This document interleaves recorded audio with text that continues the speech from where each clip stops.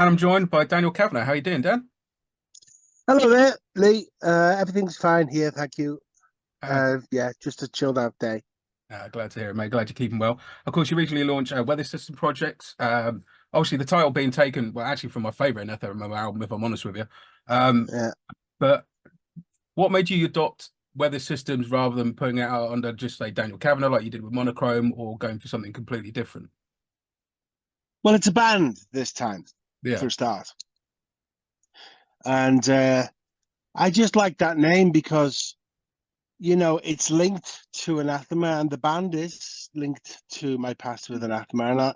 I'm always going to play songs like Untouchable 1 and Untouchable 2 and The Optimist and Springfield, and, because Yeah. I love them. I'm not going to stop playing them. So I discussed it with Vincent, and told him I was thinking about calling it Weather Systems, and he thought that's a great name. So I just went with it. Absolutely brilliant name. And like you say, And it's like it's easy to link it, because it's quite easy for people to link this to what we've done in the past. And I always say it's a bit like if Anathema was Game of Thrones, then this is House of the Dragon. okay, cool. So So it's part of the same universe, it's part of the same world, and that's we're quite still going to play some of the old songs. So that's the idea there. It's a nice way of explaining it, mate. Like you say, being part of the same universe, but not necessarily. Yeah, You can still take it in directions that you want to, obviously, and it is separate. yeah. Well, I mean, it's still 80% what the Anathema album would have been. Mm, The album that we would have made had we made it, like eight of these songs or seven of these songs would have been on it. okay. So with that, like you say, it is linked because obviously Daniel Cardoso is still involved in in this project with you. Yes, yes, yes. With that in mind, were you and Daniel working on these songs right from the beginning together, or was it just something? Yeah, well, he would do drums and then send them to me, and then I would record all the demos over that. We ended up demoing the entire record from his studio, sending it to my studio, and then I'd do it at home. And we kept loads of material from the demos on the album, and it was the most completely demoed record I've ever made. It was so well prepared because we had so much time Yeah. that I actually stopped listening to the demos about 6 to 9 months before we started recording because Oh, I'd well, heard it so much and I knew there was nothing I could do to make it better. So I just stopped listening to it that's my got to be until we nice went to the back copy. studio. It's a total first for me because I've always been trying to finish one or two songs in the studio, and that never happened this time. Everything was ready. That's nice. So once you say going through that songwriting period, how long was the sort of gap between having the songs, like say demoed up to a point where you're thinking, right, Well, this to recording? most of the songs were kind of, in the process of being written in 2019 when Okay. Anathema was still together, Mm. and they were demoed in Anathema studio, that is Vinny's studio here in London. Yeah. And then when the band kind of broke up, I thought, well, these songs are just sitting here. I'm not going to just wait. I'll just do something with them instead. No, absolutely. And and as for the old band, I love those guys very much, and I love Vincent more than anyone in the world. And I still love John very, very much, and I saw him recently. But life goes on. Vinny decided to move on because the stress was just too much, and he wanted to do his own material. And faced with that position, you either sink or swim, don't you? So I just decided to make a record anyway, because Nice. that's what I do. That's what I do. But I'll always miss them. But it goes without saying, I love them, and I'll always miss them. And they're actually on the dedication of the record is to Vinny, Jamie, John, and Lee. That's cool. Um, they're in the dedication on the record, printed on the sleeve. But fact is, I was faced with that situation, and I just had to do something else. But it's basically the blueprint of what the Anathema record would have been anyway. But it's a bit heavier Yeah. than it's a bit heavier than what the Anathema record would have been. It's more like there's some more like heavy, intense rock stuff on there than maybe Anathema would have let me do. Okay, that's cool. So, like you say, you can still go in those directions that you want to take, and maybe a bit more than the sort of collaborative approach that might. Well, I'm not saying I preferred it. I don't prefer it to working with the Yeah. old band, but there were no arguments in the studio this time. It's just me and the producer, so there's no arguments. It was easy. But I'm not saying it was better, you know, I'm just saying it was easy. No, I can appreciate that. So with the sound, like I mean, like you say, Do Angels Sing Like Rain? There's just been a release, a couple weeks back now. We've been playing on the show. It's a great A track, and it week, was a week. Sorry, was it last week? a week, Oh wow, only a week. It's done 100,000 views on YouTube in 7 days. that's amazing, mate. You've got to be pleased with sort of impact that it's had already. Yeah. Well, that was the record label. They chose the song because they said it's the least skippable song. I was going to release the first song, Synesthesia, 9 minute heavy, heavy rock fucking monolith. And they said, no, put this one out because it's less skippable, you know, on Spotify. So they know all about those statistics of how so soon songs get skipped. And they said we should do this one. So we did. Nice. And they were right. Nice, man. Like I say, it's a great. I mean, I mean, not only the image in terms of like lyrically, in Do Angels Sing Like Rain, that just conjured up. I kind of, when I got the press release and the title of the track, I almost had a vision in my head of what the song was going to sound like already, just from that lyrical content, or what direction it Mm. may have been. Not obviously didn't Well, know parts. that's a line from Are You There Part Two. There's the lyric in Are You There Part Two on the album, track Yeah. five in the album, and it sings "Do Angels Sing Like Rain." Uh, And I wrote that and then thought, oh, I'd like to use that title for that song, um, because it kind of fits with the imagery of the lyrics of track two. So that's what I did. I just moved. That happens a couple of times. Like yeah. quite a few of the songs cross-reference each other, Okay, that's cool. you know. So like track one cross references the title of the album, but there's also a title track. And Are You There Part Two references the title of Two Angels Sing Like Rain. So there's like it's not a concept album or anything, but they all It's a kind fit. of like a theme, and it kind of feeds into. Yeah, yeah, they feed into each other. Yeah, it's like I'm looking forward to the impact of Untouchable Part Three. I think that's the most emotional song. I wonder what, and that's going to be the third release, just before the record comes out, or the Okay. day the record comes out. Oh, So that's nice. going to be good. It's good to know this. And So we'll, Untouchables is like one of my favorite pieces you guys wrote. So yeah, it's well, that's the most emotional song on the album, and it might be the most personal and emotional song I ever did. And it's really simple. It's just a single theme, very beautiful piano theme that just explodes into, you know, Anathema style fucking orchestra and guitars and drums nice. and vocals and stuff. So yeah, it's there's that one, but they're gonna release two more. They're gonna release Synesthesia, which is the 9 minute song that I wanted to put out. That's coming out next. I'm always And happy then when I know until that there's a sort of 9, 10 minute epic coming from you. yeah, it's in five movements, and none of them repeat. And and then Untouchable 3 comes out, and that's when the record comes out fully, and then people can hear the whole thing. And hopefully it'll go okay. You know, it seems to have gone pretty well so far. Yeah, I You mean, know, like so we've had great response from playing it on the show. have you? Yeah, really good response. Like when I play it, I've got I play, my music taste is quite eclectic, even within rock. I play everything, but it always tends to be. I know when something's grabbing me because it tends to feed into the rest of the show a lot more. I keep going down those themes. Um, Mm, and yeah, we had a lot of feedback when we spun this last week. It was just one of really? those tracks where I was getting emails, I was getting messages on air. Some people caught it halfway through, and is this the new track from Daniel Cavanagh? Is this, or even just I'm guessing this is Daniel Cavanagh. I'm guessing is this is an Anathema track I haven't heard. There was already, and then immediately Yeah, yeah. you need to play this more. Well, it's not called an Anathema track, but I mean, it may as well be. You know what I mean? It's got a similar kind of Because sonically kind of thing because obviously, that's if Anathema had done it, it would have sounded the same. Because Vincent wanted to use that vocal that I sang. That vocal is the first take. The song was written in 15 minutes when Vinny and Lee went to the Chippy, oh and I wow, wrote the lyrics in 15 minutes. They came back and we recorded it first take in 2019, and that's the vocal you hear on the record. And Vinny wanted to keep that vocal. So that song actually sounds exactly like it would have done if it was on the Anathema record. It sounds the same. oh that's interesting.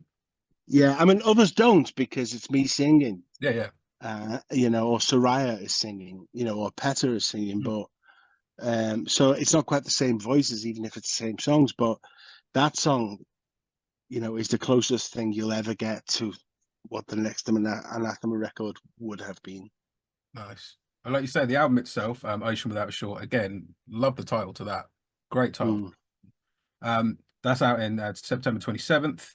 Other than obviously what we're talking about in terms of being different, because this is a different project. Obviously, Daniel's still involved, but it's a different project. Did you approach anything in like? I mean, I know you've got obviously Tom back on. Which obviously worked with you guys in the Optimist in terms of that. There was Tony, yeah, yeah, Tony, yeah, sorry, Dugan. Tom, didn't I? Yeah, I went to Tony because I knew him well, and he did a great job in the Optimist. He's also a really good friend, and he's a great kind of motivator, and he's a positive kind of voice. And I knew that I wanted to work with him again because I just really enjoyed the way he does it. Hmm. Um, I like his style as a person and as a producer, and it was easy. It was just easy. It was, mainly just me and him laying down all the tracks, and then obviously with the internet, with the I've got a vocalist in Portugal, another one in Norway, so that was all done via the internet, really. But Daniel Cardoso actually produced Soraya's vocals, and she's a really, really good singer. Oh, wow. So, because she's Portuguese and she came through him because he'd produced her band. So, he said, I've found this really good singer. She's Portuguese. She's called Soraya. She's got everything. She's got the whole package. She's got a great voice, great stage presence, great charisma. She can move. She's got everything. So, and she's really, really pleased to be on the album. She said she cried when she heard it, and she was really grateful. And it's lovely, really. It's lovely, really, to have made a friend like that, and well, a colleague, Yeah. like that. And it was lovely to get those messages. When she heard it, she said I cried like a baby. She said, Shows how powerful it is. "Thank you." She just kept saying, "Thank you, thank you, thank you, thank you," and I was like, "Wow, thank you." Yeah. Really, because you sound like fucking Kate Bush, so I should be thanking you, Wow. you That's know? And she's like, yeah, I know, yeah. There's one song where she sounds exactly like Kate Bush. oh wow. She's so good. What's the name of her band, mate? I'll have to go check them out by the sound because I've not heard her. Um, they were called Needle. Okay, I'll go check them out. Yeah, it's like a metal band, Yeah. and that's Daniel had produced them, and that's how she came through him. Oh, And nice. because she's Portuguese and he's Portuguese, Yeah.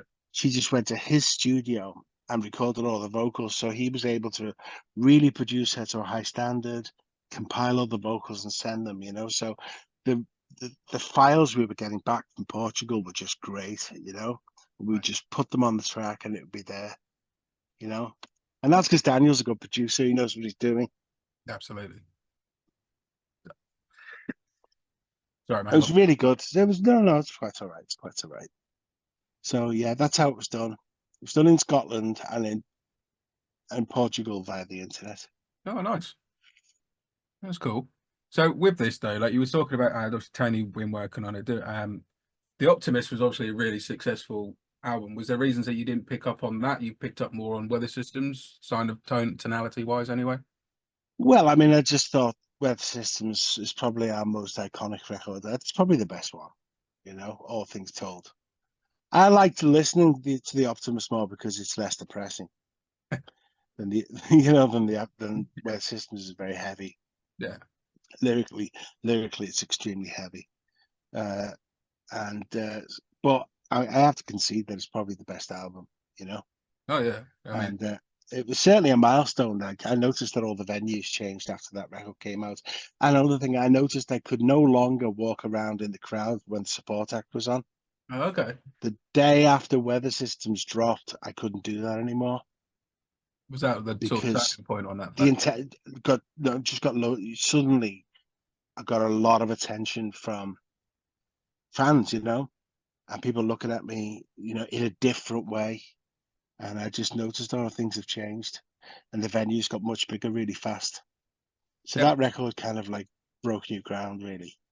So I remember seeing you guys as part of the Stone Free Festival, obviously at the O2 around that time, and seeing you guys perform, you know, festivals across the country and your own shows. Indeed, I think the last time I saw you at your own show was over in Cambridge. No, it wasn't. It was in London. Previously to that, but you know, it'd been suddenly it hadn't been an arena. It'd been I can't remember exactly where it was, but going from that small but smaller venue to this, you know, obviously part of the thing, but it always when watching you guys live, it always felt like that was the kind of natural progression for you to take because of the sound being so big, because of the depth of everything. Yeah. So I I don't also think the singers, like Vinny and Lee were such strong singers, really, and I think people really latched onto that. And the singers and the melodies that they were singing. The melodies came from me, but their voices are theirs.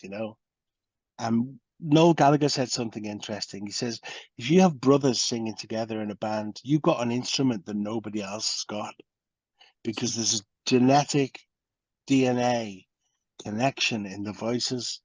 You hear it in bands like the Bee Gees and stuff. that's true. And we had that. And we still have that to this day. Me and Vinny, he came round for Christmas and I started singing a song and he sang the harmony. It was there. It was there even now, just right there, and you can't fake that. And they were the happiest years of my life with that band, and I love each and every one of them. And I always will. But life goes on, you can't stand still. So that's why I made this record. No, fair play, man. Like you say, Vinny's gone off and done the Radicant, which is great. EP I was listening Yeah. to this week. Great, great project. Yeah. Yeah. All right. That new song he did, Zero Blue, I think it's fantastic. Great track. It's brilliant. Mm. And actually had Yeah. The chorus is brilliant. The chorus is amazing. oh yeah. I like again for an EP, again, one that had real depth and kind of expansion of the sound, you know, some more poppy stuff and Yeah. a couple of epics as well, sort of thing. Yeah, he's into his electronic programming, really. I don't think he wants to be a guitarist anymore. I'll tell you that. I don't think he plays guitar anymore. Oh, okay. Like if he joined Weather Systems one day, he'd be behind a computer. He wouldn't be playing guitar. He'd have a MacBook and a load of synths, and he'd be singing behind that. He's not interested in guitar anymore. Funny how people progress in Bless him. different It's things. just it's his thing. It's his thing. He loves that world. And so do I.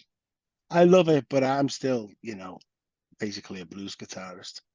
But at the end of the day, and I'll always be a blues guitarist, and I'll always sit at home and play acoustic or play the blues, or and that's just me. But he's him, and he's different. Yeah.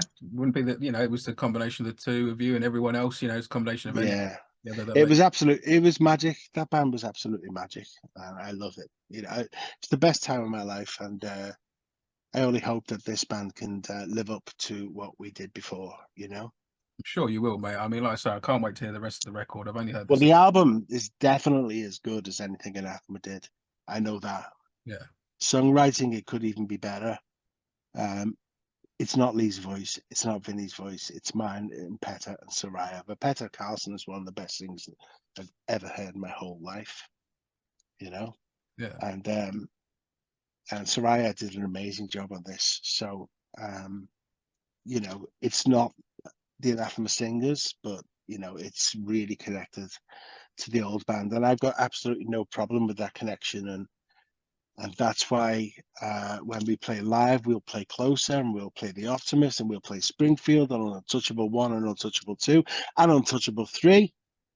Exciting. And we'll, Sorry, I must be. yeah, you know what I mean, and Closer and Natural Disaster. But I'm not going to stop doing that because I love them songs, and I wrote them, and I want to kind of carry on playing them, and that's why I chose. Like I said, the name of the band is deliberately designed to make people aware and evoke that it's totally connected to the past, and it always will be. But it's also facing the future with new music.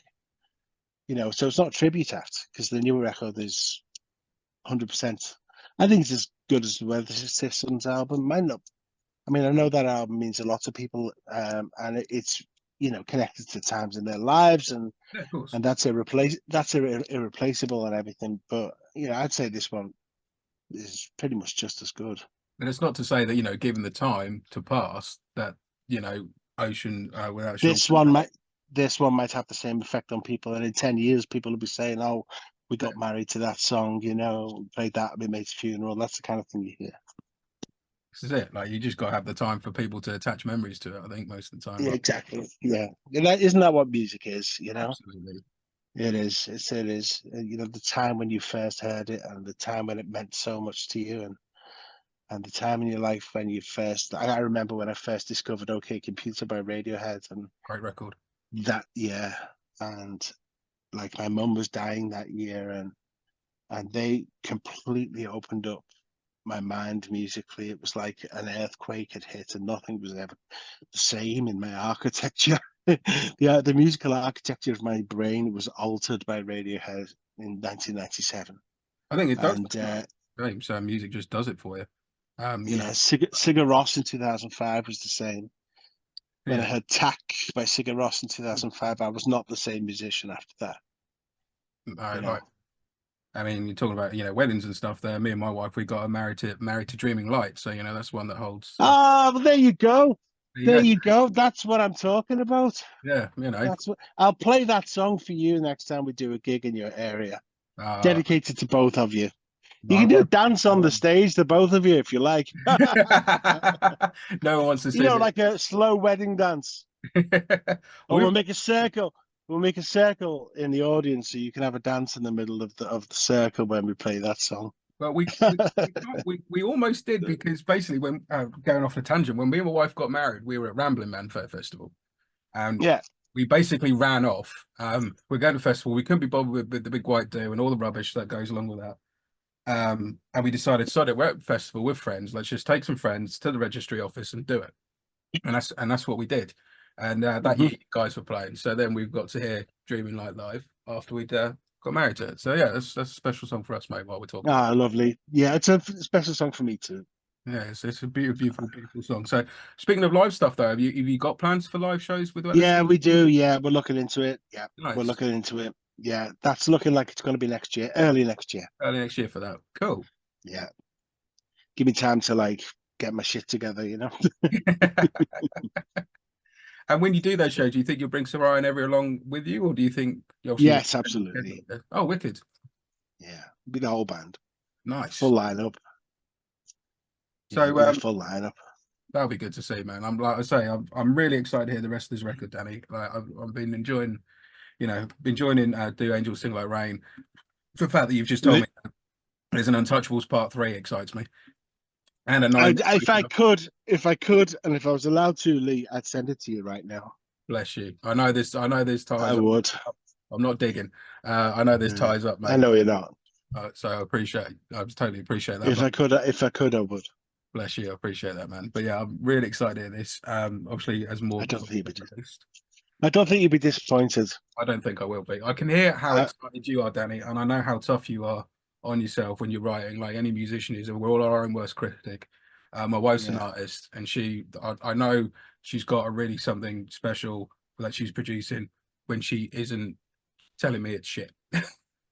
Uh, yeah, the stuff that she tells me is, oh, I'm not happy with this little bit and one yeah, little pencil line, and I'm going, I can't yeah, notice that as fucking brilliant. What are you talking about? Um, but to yeah. I think, hear that passion in you, yeah. nice to hear. Well, I don't think I've ever made an album that I didn't. Every album I've ever made, I've gone through a phase where I think it's all shit Yeah, until and then something breaks, and I get through to the next side, and then it changes and it's all right. But yeah, that's always happened on every record. People are surprised, because like I like the songs that I write and I know they're good, blah blah blah blah blah blah. But um, when people, when I say, "Oh no, every record I've ever made, I thought was crap at one point," and the people are like, "But you seem so confident about your songs." I say, "Yeah, when they're finished, but but actually doing it is a different story. You take 100,000 little decisions, yeah, and it's a bit like what it's like using divining rods. A lot of it's intuition, yeah. you know." And you're letting the music kind of speak to you, and if you listen, the music will tell you which direction it wants to go in. Certainly. That's the way I kind of see it. So when the music's playing on a tape, it'll tell me where it wants to go. it's not me directing it. It's almost like it's symbiotic, like the music's directing me. Have you always That's followed? how it feels. Well, I mean, ever since I got any good at it, which was about 2001. I think you were good before then, to be fair, Danny, mate. Fragile Dreams is pretty good. Yeah. So yeah, thanks for your time, Danny, man. Great to speak to you, dude. You're welcome, Lee. It's really nice to meet you, and I hope we'll meet in person, Yeah, like you I and your say, missus, and have a laugh, and I'll dedicate Dream and Night to you. oh, bless you very much. At the beginning of the interview, obviously, I'm going to play "Do Angels Sing Like Rain." I appreciate we can't play anything else off the album, but is there anything, another song from your either from Monochrome or any of those works that you would like us to play at the end of the interview? I really love the song "The Optimist" from the album, the same name. So perhaps you could play that.